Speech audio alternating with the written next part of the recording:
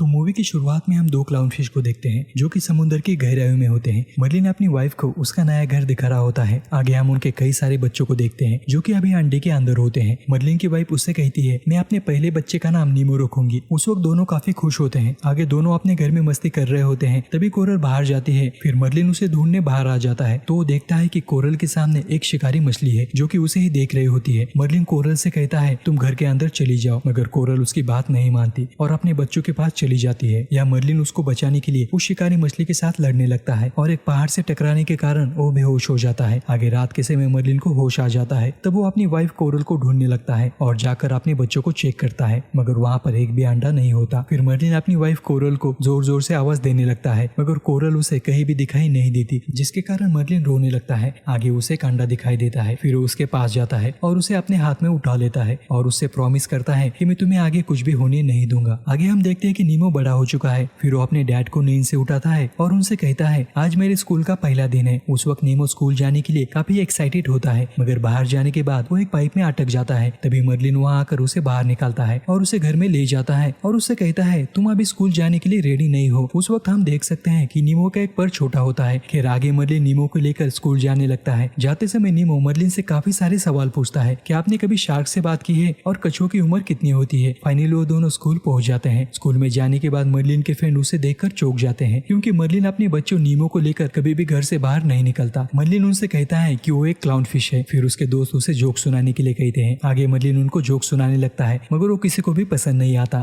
तभी वहाँ उसके दोस्त के बच्चे आ जाते हैं और नीमो के पर को देखकर उसका मजाक उड़ाने लगते हैं। मर्लिन उनको बताता है जब नीमो पैदा हुआ था तभी से उसका पर छोटा है। तभी वहाँ पे उनके टीचर मिस्टर रे आ जाते हैं और सभी छोटे बच्चों को लेकर अपने साथ ले जाते हैं। आगे मर्लिन के फ्रेंड उसे बताते हैं कि मिस्टर रे उनको लेकर समुद्र की खाई में जा रहे हैं। ये सुनने के बाद मर्लिन डर जाता है और अपने बच्चों को लाने के लिए उनके पीछे जाने लगता है। खैर यहाँ दूसरी तरफ नीमो काफी खुश होता है क्योंकि पहली बार वो समुद्र की सैर कर रहा होता है। आगे मिस्टर रे एक जगह जाने के बाद सारे बच्चों को नीचे उतार देते हैं और उन्हें कुछ पढ़ाने लगते हैं। तभी नीमो के नए दोस्त दूसरी तरफ जाने लगते हैं। नीमो भी उनको फॉलो करने लगता है। फिर वो लोग समुद्र की खाई के पास पहुंच जाते हैं। तभी उनको वहाँ पे एक बोट दिखाई देती है। फिर नीमो के तीनों दोस्त उस नाव को टच करने की कोशिश करते हैं। तभी वहाँ पे मर्लिन आ जाता है और नीमो को डांटने लगता है और उससे कहता है कि तुम्हें पता है खुले पानी में तैरना कितना खतरनाक है। मगर नीमो को दोस्त उसे बताते हैं कि नीमो नाव को छूने नहीं गया था। मर्लिन नीमो से कहता है कि तुम ठीक से तैर नहीं सकते। फिर वो उसे लेकर वहाँ से जाने लगते हैं। नीमो अपने डैड से चिढ़कर उनसे कहता है कि मैं आपसे प्यार नहीं करता। तभी वहाँ पे उनके स्कूल के टीचर मिस्टर रे आ जाते हैं। मर्लिन उनको नीमो के बारे में बताने लगता है। तभी नीमो वहाँ से तैरकर उस नाव के पास पहुंच जाता है, जिसे देखकर मर्लिन काफी परेशान हो जाता है और उससे कहता है तुम जल्दी से यहाँ लौटकर वापस आ जाओ। मगर नीमो उनकी एक बात सुनने को तैयार नहीं होता। फिर नीमो उस बोट को छू लेता है और वापस आने लगता है। तभी उसके पीछे एक आदमी आ जाता है और उसे एक बैग में पकड़ लेता है। मर्लिन भी अपने बच्चों को बचाने के लिए वहाँ जा ही रहा होता है। तभी उसके सामने एक आदमी आ जाता है और उसका एक फोटो खींच लेता है। उस फ्लैशलाइट के कारण मर्लिन को कुछ देर के लिए दिखाई नहीं देता। फिर वो आदमी नीमो को लेकर उस बोट में चला जाता है और उसे एक बॉक्स में रख देता है। तभी हम देखते हैं कि उस गोताखोर का गॉगल नीचे गिर जाता है। यहाँ अपने बेटे को बचाने के लिए मर्लिन उस नाव के पास जाता है। तभी वो नाव स्टार्ट हो जाती है और उसका फैन घूमने लगता है, जिससे मर्लिन काफी दूर गिर जाता है। आगे वो नाव तेजी से वहाँ से निकल जाती है। मर्लिन भी उसका पीछा करने की काफी कोशिश करता है, मगर उस बोट की स्पीड इतनी ज्यादा होती है कि आगे जाने के बाद मर्लिन थक जाता है। फिर मर्लिन पानी के बाहर आकर उस बोट को यहाँ वहाँ देखने लगता है, मगर वो बोट उसे कहीं पर भी नजर नहीं आती। फिर मर्लिन पानी के अंदर जाकर वहाँ की मछलियों को नीमो के बारे में पूछने लगता है, मगर कोई भी मछली उससे बात नहीं करती। आगे जाने के बाद मर्लिन एक ब्लू कलर की फिश से टकरा जाता है। उस फिश का नाम डोरी होता है। मर्लिन उससे पूछता है क्या आपने किसी नाव को यहाँ से जाते हुए देखा है। डोरी उससे कहती है हाँ मैंने एक नाव को उस दिशा में जाते हुए देखा है। फिर डोरी उसे लेकर जाने लगती है, जिससे मर्लिन को हौसला मिल जाता है। खैर आगे जाने के बाद डोरी मर्लिन से बचकर यहाँ वहाँ भागने लगती है, जिससे मर्लिन कंफ्यूज हो जाता है और उससे पूछता है नाव किस दिशा में गई है। डोरी उससे पूछती है तुम मेरा पीछा क्यों कर रहे हो। डोरी की यह बात सुनकर मर्लिन और कंफ्यूज हो जाता है और उससे कहता है आप मुझे नाव का रास्ता बता रही थी। तभी डोरी को उसकी बताई हुई बात याद आती है। डोरी उससे कहती है कि उसे भूलने की बीमारी है। खैर तभी वहाँ पे एक शार्क मछली आ जाती है जो अपना नाम ब्रूस बताती है। ब्रूस मर्लिन से कहता है तुम दोनों यहाँ पे क्या कर रहे हो। पहले तो मर्लिन ब्रूस को देखकर काफी डर जाता है। आगे ब्रूस उन दोनों को एक पार्टी के लिए इनवाइट करता है। पार्टी का नाम सुनते ही डोरी काफी एक्साइटेड हो जाती है और उसके साथ चलने के लिए तैयार हो जाती है, मगर मर्लिन को ब्रूस के साथ जाना अच्छा नहीं लगता। आगे ब्रूस उन दोनों को अपने साथ ले जाता है। आगे जाने के बाद ब्रूस उन्हें एक सबमरीन के पास ले आता है। उस सबमरीन के आसपास काफी सारे बॉम्ब रखे होते हैं। ब्रूस उनसे कहता है गलती से भी इन्हें मत छूना, नहीं तो यहाँ काफी सारे धमाके हो जाएंगे।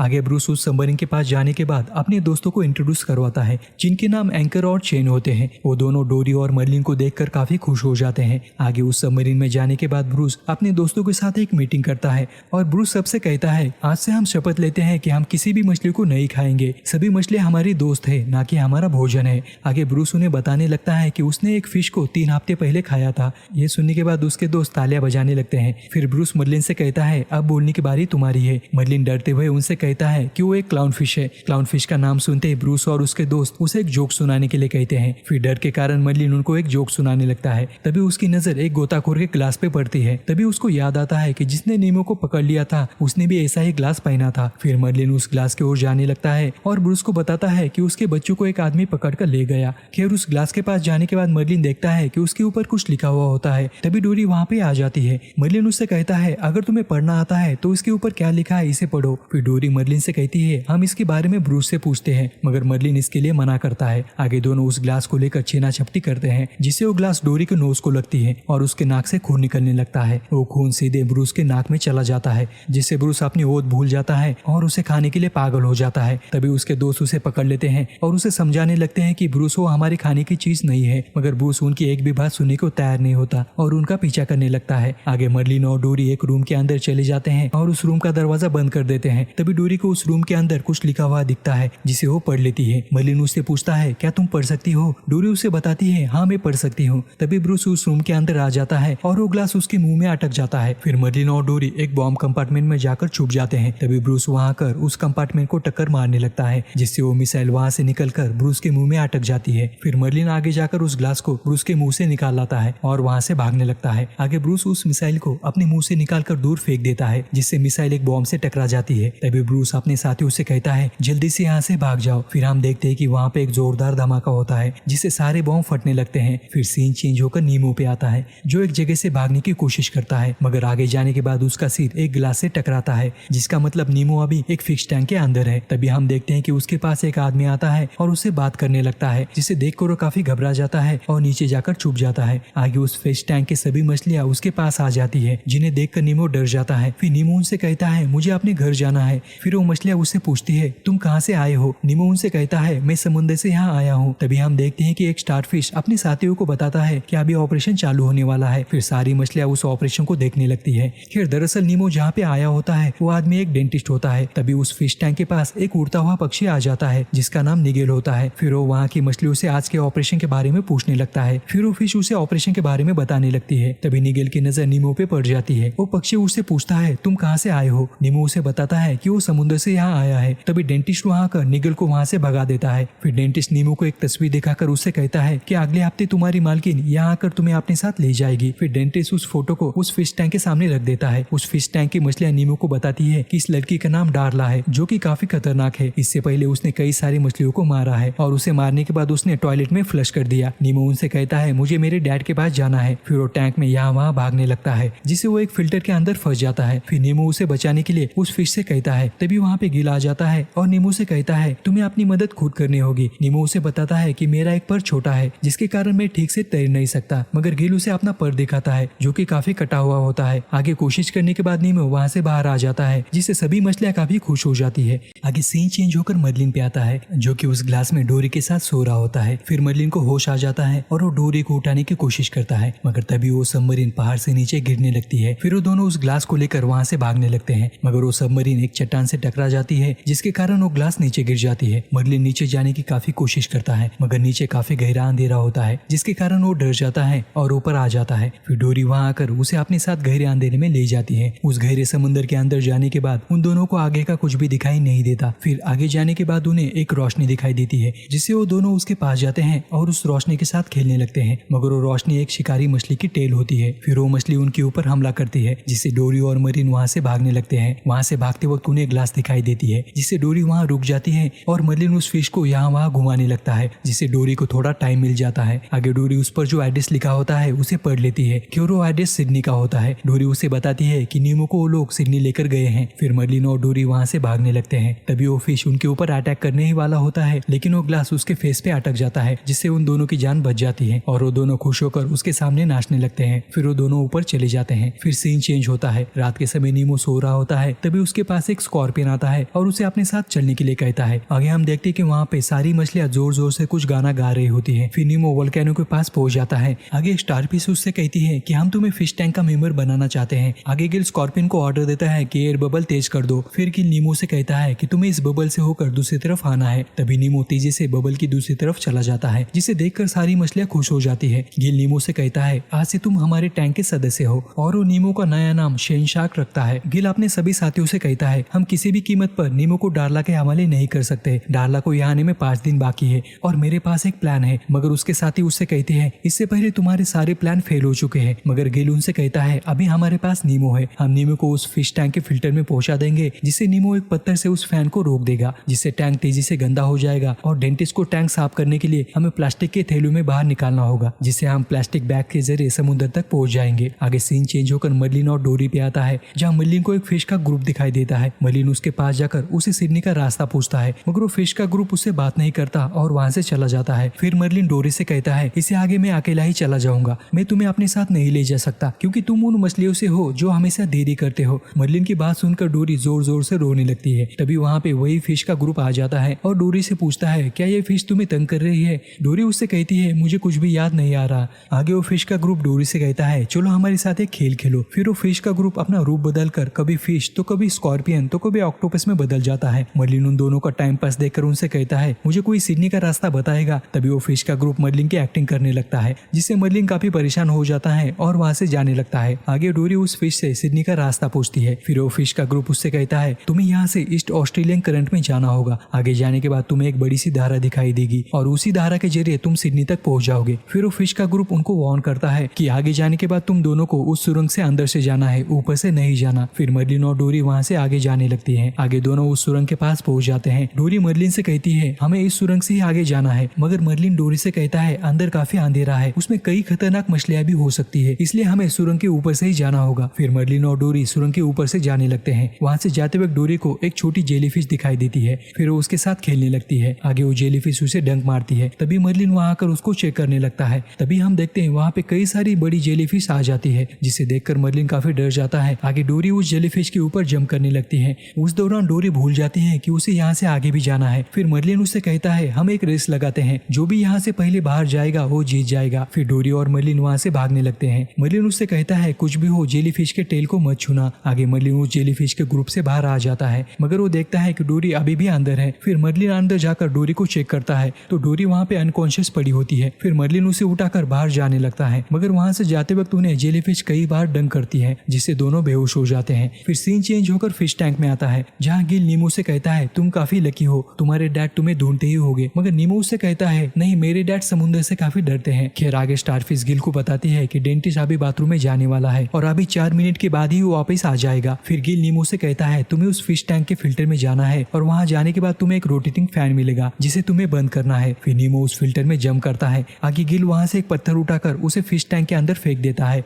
तुम्हें इस पत्थर को उस रोटेटिंग फैन में लगाना है। पहले तो नीमो उस पत्थर को वहाँ लगाने की कोशिश करता है, मगर वो चूक जाता है, जिससे वो काफी डर जाता है। मगर गिल उसे मोटिवेट करता है, जिससे नीमो उस पत्थर को उठाकर उस फैन में लगा देता है, जिससे वो फैन घूमना बंद हो जाता है। आगे गिल उससे कहता है तुम उस फैन के चैम्बर से बाहर आ जाओ। फिर नीमो उस पाइप से बाहर आने लगता है। तभी वो रोटेटिंग फैन शुरू हो जाता है और नीमो उस फैन की तरफ खींचा चला जाता है, जिसके कारण गिल काफी डर जाता है और वो वहाँ की एक ब्रांच को उठाकर उस पाइप के अंदर डाल देता है, जिसे नीमो अपने मुंह में पकड़ लेता है। फिर सभी मछलियां उसे बाहर खींचने लगती है, जिससे नीमो बाहर आ जाता है। स्टारफिश गिल से कहती है इसके बाद तुम नीमो को उस फिल्टर में कभी मत भेजना। फिर सीन चेंज होकर मर्लिन पे आता है, जो एक टर्टल के पीठ पर सोया होता है। फिर वो कछुआ उसे अपना नाम क्रश बताता है। मर्लिन उससे कहता है मुझे ईस्ट ऑस्ट्रेलियन करंट की तरफ जाना है। क्रश उससे कहता है तुम अभी उसी के अंदर हो। तभी हम वहाँ पे कई सारे कछुओं को देखते हैं जो उस धारा के अंदर होते हैं। फिर क्रश उससे कहता है मुझे कसकर पकड़ लेना। तभी वो धारा तेजी से आगे जाने लगती है। फिर मर्लिन क्रश से पूछता है मेरे साथ मेरी एक फ्रेंड भी थी, वो कहाँ पे है। क्रश उससे कहता है वो अभी मेरे दोस्त के पास नीचे है। फिर मर्लिन डोरी के पास जाकर उसे उठाता है। फिर से डोरी की याददाश्त चली जाती है और वो क्रश के बच्चे के साथ खेलने लगती है। आगे क्रश के बच्चे मर्लिन के पास आकर उसे कहते हैं कि तुम कहाँ पे जा रहे हो। मर्लिन उसे कहता है मेरे बच्चों को एक आदमी उठाकर ले गया और उसे लाने के लिए मैं जा रहा हूँ। मगर वो बच्चे उसे शुरू से कहानी सुनाने के लिए कहते हैं। फिर मर्लिन उनको पहले से सब कुछ बताने लगता है कि कैसे वो आदमी नीमो को पकड़कर ले गए और उसके बाद उसने शार्क के साथ भी लड़ाई की। मर्लिन की कहानी समुद्र के सभी फिश के पास पहुंच जाती है और नीमो की कहानी इतनी स्प्रेड हो जाती है कि बर्ड को भी मर्लिन के बारे में पता चल जाता है। फिर कुछ बर्ड्स आपस में बातें कर रहे होते हैं और एक बर्ड अपने साथी से कहता है कि मर्लिन अपने बेटे नीमो नीमो को बचाने के लिए सिडनी आ रहा है। तभी निगल उनकी बात सुन लेता है। फिर सीन चेंज होकर नीमो पे आता है जो फिश टैंक में अपसेट होकर बैठा होता है। फिर वो गिल के पास जाता है और उसे सॉरी कहता है कि उसने उस फिल्टर को बंद नहीं किया। तभी वहाँ पे गिल आ जाता है और नीमो से कहता है कि तुम्हारे पिता तुम्हें लेने सिडनी आ चुके हैं। मगर नीमो निगल से कहता है कि वो समुद्र से काफी डरते हैं। निगल उसे बताता है कि उनका नाम मर्लिन है, जिससे नीमो को उसकी बातों पर यकीन हो जाता है। निगल आगे बताने लगता है कि तुम्हारे डैड ने 3 शार्क के साथ फाइट की है। निगल से अपने पिता की बहादुरी के किस्से सुनने के बाद नीमो काफी मोटिवेट हो जाता है और वहाँ से कंकर उठाकर उस वाटर फिल्टर में चला जाता है। फिर गिल अपने साथियों के साथ एक ब्रांच को कट कर लेता है और उसे बाहर लाने के लिए रेडी हो जाता है। मगर थोड़ी देर के बाद नीमो सही सलामत बाहर आ जाता है। नीमो को देखने के बाद सभी मछलियां काफी खुश हो जाती है। गिल उनको बताने लगता है कि डार्ला को अभी आने में 48 आवर्स बाकी है, उससे पहले फिश टैंक काफी गंदा हो जाएगा और डेंटिस्ट को इस टैंक को क्लीन करने के लिए हमें बाहर निकालना होगा। आगे सीन चेंज होकर मर्लिन पे आता है जहाँ क्रश उससे कहता है थोड़ी देर के बाद सिडनी आने वाली है, तुम्हें बाहर जाने के लिए रेडी रहना होगा। फिर क्रश का बच्चा वहाँ आकर उन्हें एग्जिट करने का सही तरीका बताने लगता है, मगर मर्लिन और डोरी को कुछ भी समझ में नहीं आता। फिर वो बच्चा उनको उस धारा से बाहर धकेल देता है। आगे मर्लिन क्रश से थैंक यू कहता है और उससे पूछता है तुम्हारी उम्र कितनी है। क्रश उससे कहता है मेरी उम्र 150 साल है। आगे मर्लिन और डोरी सोचने लगते हैं यहाँ से सिडनी किस डायरेक्शन में है। फिर दोनों वहाँ से आगे जाने लगते हैं, मगर काफी समय से वो लोग वही घूम रहे होते हैं। फिर डोरी मर्लिन से कहती है हम किसी मछली से सिडनी जाने का रास्ता पूछते हैं। तभी उनको एक फिश दिखाई देती है। डोरी उससे बात करने की कोशिश करती है। मर्लिन उससे कहता है हमें पता नहीं कि वो मछली कौन सी है, वो हमें खा भी सकती है। मगर डोरी उसकी बात नहीं मानती और उस मछली को आवाज लगाने लगती है, जिससे वो फिश वहाँ से चली जाती है। तभी उनके पीछे एक व्हेल मछली आ जाती है। फिर वो अपना माउथ ओपन करती है, जिसके कारण डोरी और मर्लिन उसके मुंह के अंदर चले जाते हैं। यहाँ दूसरी तरफ हम देखते हैं कि फिश टैंक काफी गंदा हो जाता है। फिर डेंटिस्ट उस फिश टैंक को देखकर कहता है अगली सुबह मैं इस टैंक को क्लीन कर दूंगा। डेंटिस्ट की बात सुनने के बाद नीमो और गिल काफी खुश हो जाते हैं। आगे सीन चेंज होकर मर्लिन पे आता है जो कि व्हेल मछली के मुंह में होता है और वो लगातार उस व्हेल मछली की स्किन को टक्कर मार रहा होता है। मगर दूसरी तरफ डोरी काफी खुशी के साथ वहाँ पे स्विमिंग कर रही होती है। आगे थक जाने के बाद मर्लिन बॉटम में जाकर बैठ जाता है। तभी हम देखते कि व्हेल मछली की पूरी बॉडी वाइब्रेट करने लगती है। डोरी उस व्हेल मछली से पूछती है हम यहाँ से बाहर कैसे निकल सकते हैं। मर्लिन उससे कहता है तुम्हारी बातों का उसके ऊपर कुछ भी असर नहीं होगा, इसलिए आवाज देना बंद करो। तभी हम देखते हैं कि उस व्हेल मछली का मुंह का पानी उसके पेट में जाने लगता है। मर्लिन कैसे तो एक किनारे को पकड़ लेता है, मगर डोरी उससे कहती है कि वो व्हेल मछली हमसे कह रही है कि अपने आप को आजाद करो। फिर मर्लिन भी डोरी की बात मान लेता है और अपने पर को छोड़ देता है, जिसके बाद वो दोनों उस मछली से बाहर आ जाते हैं, जिससे वो दोनों काफी खुश हो जाते हैं। आगे वो देखते हैं कि वहाँ पे कई सारी नाव है जिनके ऊपर सिडनी लिखा होता है। आगे सीन चेंज होकर फिश टैंक में आता है जहाँ स्टार फिश देखती है उस टैंक का पानी क्लीन हो चुका है, जिसके कारण सभी मछलियां परेशान हो जाती है। फिर वो स्टार फिश उनसे कहती है कि कल रात को डेंटिस्ट ने इस फिश टैंक के अंदर एक ऑटोमेटिक फिल्टर लगाया है और वो फिल्टर 5 मिनट में वाटर की क्वालिटी को चेक करता है और उसे क्लीन करता है। फिर नीमो गिल से कहता है इसका मतलब हम यहाँ से कभी भी बाहर नहीं निकल सकते। तभी डेंटिस्ट वहाँ आ जाता है और एक नेट के जरिए नीमो को पकड़ने की कोशिश करता है। फिर गिल सारी मछलियों को उस नेट के अंदर जाकर उस जाली को पानी में खींचने के लिए कहता है, जिससे डेंटिस्ट के हाथ से वो नेट छूट जाती है। मगर वो डेंटिस्ट नीमो को एक प्लास्टिक के बैग में पकड़ लेता है। फिर गिल नीमो से कहता है लुढ़कते हुए उस विंडो से बाहर निकल जाना। फिर नीमो वैसा ही करता है, मगर वो डेंटिस्ट वहाँ आकर उस विंडो को क्लोज कर देता है और नीमो को उठाकर एक ट्रे के अंदर रख देता है। तभी वहाँ पे डार्ला आ जाती है। आगे सीन चेंज होकर मर्लिन पे आता है जो वहाँ खड़ी बोट को चेक कर रहा होता है। तभी एक बर्ड वहाँ आ जाता है और उन दोनों को अपने मुंह में लेकर वहाँ से निकल जाता है। फिर मर्लिन और डोरी उसको अंदर से मारने लगते हैं, जिसके कारण वो नीचे उतर जाता है और अपने गले से उनको निकालने की कोशिश करता है। मगर तभी निगल वहाँ आ जाता है और अपने दोस्त की पीठ पर मारता है, जिसके कारण मर्लिन और डोरी उसके मुंह से नीचे गिर जाते हैं। मर्लिन उससे कहता है मैं अपने बच्चे को ढूंढने के लिए यहाँ पे आया हूँ, और ये कहकर वो दोनों पानी की तरफ जाने लगते हैं। तभी वहाँ पे कई सारे बर्ड्स आ जाते हैं। निगल उन दोनों से कहता है बिल्कुल मत हिलना। आगे निगल उससे कहता है मैं तुम्हारे बच्चे को जानता हूँ। तभी मर्लिन जोर से कहता है वो मेरा बेटा नीमो है। तभी वहाँ पर बैठे सारे बर्ड्स उन दोनों के ऊपर हमला करते हैं। निगल कैसे तो करके उन दोनों को अपने मुंह में लेकर वहाँ से भागने में कामयाब हो जाता है। फिर भी वो बर्ड्स उनका पीछा करने लगते हैं। आगे जाने के बाद निगल एक बोट के बीच में से गुजरता है, जिससे वो सारे बर्ड्स वही अटक जाते हैं। फिर सीन चेंज होकर डार्ला पे आता है जो ऑपरेशन थिएटर में आ जाती है और एक चेयर पर बैठ जाती है। फिर डेंटिस्ट नीमो की बैग को चेक करता है तो उसे नीमो मरा हुआ दिखाई देता है, मगर असल में नीमो मरने की एक्टिंग कर रहा होता है, जिसे उसके साथी देख लेते हैं। नीमो को मरा हुआ समझकर वो डेंटिस्ट उसे लेकर डस्टबिन की तरफ जाने लगता है। तभी वहाँ पर निगल मर्लिन को लेकर आ जाता है। मर्लिन उन मछलियों से पूछता है मेरा बेटा कहाँ पे है। वो मछलियाँ उसे बताती है कि वो उस डेंटिस्ट के हाथ में है। फिर मर्लिन निगल से कहता है तुम अंदर चलकर नीमो को बचाओ। फिर निगल अंदर आ जाता है और वहाँ की चीजों को नीचे गिराने लगता है, जिससे डेंटिस्ट परेशान हो जाता है और नीमो की बैग को डार्ला के पास रख देता है और निगल को पकड़कर उस खिड़की से बाहर फेंक देता है। तभी डार्ला बैग को उठाकर जोर जोर से हिलाने लगती है, जिसके कारण फिश टैंक में गिल और बाकी मछलियां डर जाती है। फिर गिल अपने साथियों से कहता है मुझे उस लावा के ऊपर रख दो और दूसरे फिश को ऑर्डर देता है कि तुम अपने आप को फुलाओ और स्कॉर्पियन से कहता है कि एयर बबल की इंटेंसिटी को तेज करो, जिसके कारण गिर उछल कर डार्ला के सिर के ऊपर गिर जाता है, जिससे डार्ला काफी डर जाती है और उसके हाथ से नीमो की बैग फट जाती है और नीमो और गिल उस ट्रे में गिर जाते हैं। फिर गिल उछल कर नीमो को उस बेसिन में गिरा देता है, जिसके कारण नीमो पाइप के जरिए समुद्र तक पहुंच जाता है। तभी डेंटिस्ट वहां आकर गिल को उठाकर उस फिश टैंक के अंदर डाल देता है, जिससे उसकी जान बच जाती है। यहाँ दूसरी तरफ निगल मर्लिन और डोरी को समुद्र में उतार देता है। फिर मर्लिन नीमो के गम में काफी दुखी हो जाता है और वहाँ से जाने लगता है। डोरी उससे कहती है मुझे तुम्हारे साथ रहने के कारण सब कुछ याद आ जाता है। अगर मर्लिन उसके बातों को इग्नोर करता है। उस वक्त वहाँ पे दो क्रैब एक साथ खेल रहे होते हैं। तभी थोड़ी देर के बाद उस पाइप से नीमो बाहर आ जाता है और उन क्रैब से पूछता है क्या आपने मेरे डैड को यहाँ से जाते हुए देखा है। वो क्रैब उसे कुछ भी नहीं बताते। फिर नीमो अपने डैड को आवाज लगाने लगता है। तभी उसको वहाँ पे डोरी नजर आती है। फिर वो उसके पास जाकर उससे पूछता है क्या आपने मेरे डैड को देखा है। फिर वो दोनों मिलकर मर्लिन को ढूंढने लगते हैं। आगे जाने के बाद डोरी को सिडनी नाम का वर्ड दिखाई देता है,